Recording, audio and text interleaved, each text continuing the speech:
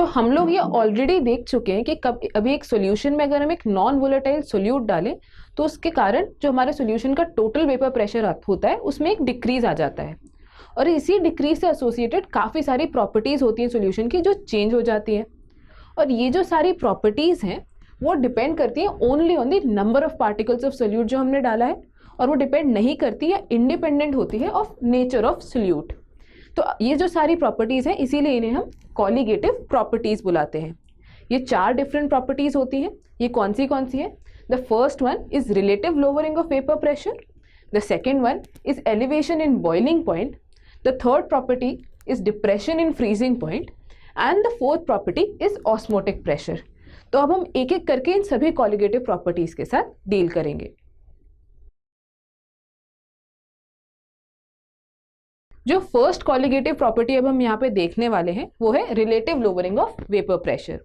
इसको समझने के लिए हम एक सॉल्यूशन से स्टार्ट करते हैं।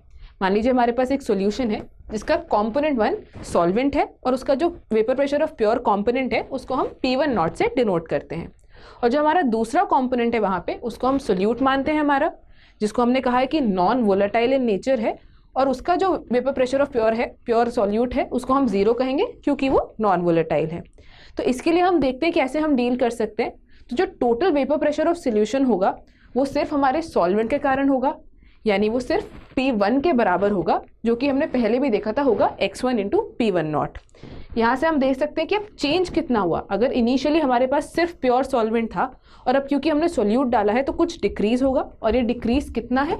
ये डिक्रीज है P1 नॉट माइनस P1, जो कि अब सॉल्यूशन का वेपर प्रेशर है।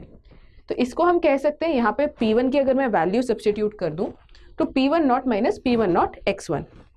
यहाँ से हम देख सकते हैं अगर मैं P1 नॉट को कॉमन ले लूँ तो ये 1 माइनस x1 के बराबर हो जाएगा, और इसीलिए मैं कह सकती हूँ कि जो डेल्टा P1 है यानी कितना लोअर हो गया है हमारा वेपर प्रेशर वो P1 नॉट इंटू x2 के बराबर हो जाएगा, क्योंकि 1 माइनस x1 को मैं सिंपली यहाँ पे x2 लिख सकती हूँ, और x2 क्या है? हमारे जो सोल्यूट है उसका मोल फ्रैक्शन है।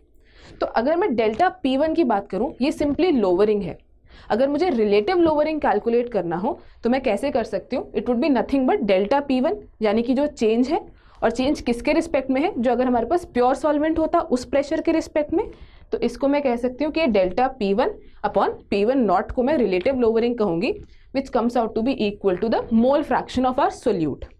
तो इसी को हम relative lowering of vapour pressure कहेंगे, यानी this expression is relative lowering which is equal to the mole fraction of the solute that we added. एक चीज आपको यहाँ पे और ध्यान रखनी है कि ये हमने समझा जब हमने सिर्फ एक सोल्यूट डाला। अगर मैं एक से ज्यादा सोल्यूट डाल दूं तो क्या होगा? अगर मैं एक से ज्यादा सोल्यूट डालती हूँ तो ये सिंपली मोल फ्रैक्शन के सम के बराबर आता जाएगा for each of the individual solutes that we add. हम इसको सिंपली ऐसे इसीलिए रिप्रेजेंट कर पा रहे हैं क्योंकि हमारे सारे ही सोल्यूट्स नॉन वोलेटाइल हैं और उनके नेचर से हमें कोई भी फर्क नहीं पड़ता हमारी कॉलिगेटिव प्रॉपर्टी पे। तो आई होप आपको समझ में आया कि हम रिलेटिव लोअरिंग कैसे कैलकुलेट कर सकते हैं।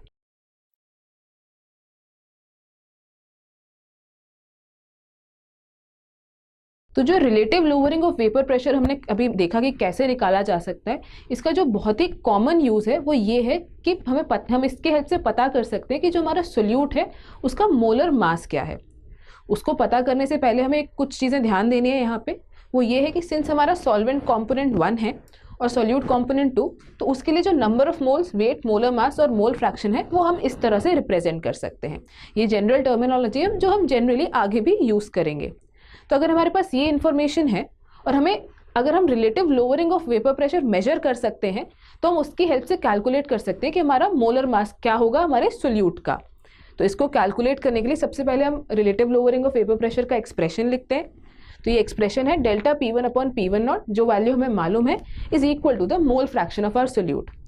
अगर मोल फ्रैक्शन हमारा ये है तो हम इसको simply N2 upon N1 plus N2 की तरह भी लिख सकते हैं। दैट इज हमने इसको इसके नंबर ऑफ मोल्स के टर्म्स में रिप्रेजेंट कर दिया। एक बात और हमें यहाँ पे ध्यान ये देनी है कि जब भी हम ये रिलेटिव लोअरिंग मेजर करते हैं, अगर हमें मोलर मास निकालना हो उसके लिए, तो हम काफ़ी थोड़ा सा अमाउंट ऑफ सॉल्यूट डालकर ही ये चेंज मेजर करते हैं। तो सिंस हमारा अमाउंट ऑफ सोल्यूट काफ़ी कम है सॉल्वेंट से, हम कह सकते हैं कि जो number of moles of solute हैं वो काफ़ी छोटे हैं हमारे सॉल्वेंट के नंबर ऑफ मोल से, यानी N2 is very less than N1। तो इसीलिए इस एक्सप्रेशन को, इस मोल फ्रैक्शन को हम अप्रॉक्सीमेट कर सकते हैं एज N2/N1। मैंने सिंपली डिनोमिनेटर में N2 को निगलेक्ट कर दिया विथ रिस्पेक्ट टू N1। सो अगर मेरा रिलेटिव लोअरिंग N2/N1 के अप्रॉक्सीमेटली बराबर है तो अब मैं यहाँ पे N2 और N1 को वेट और मोलर मास के टर्म्स में भी लिख सकती हूँ। तो I can say that the relative lowering जो हमने मेजर किया is equal to W2/M2 upon W1/M1।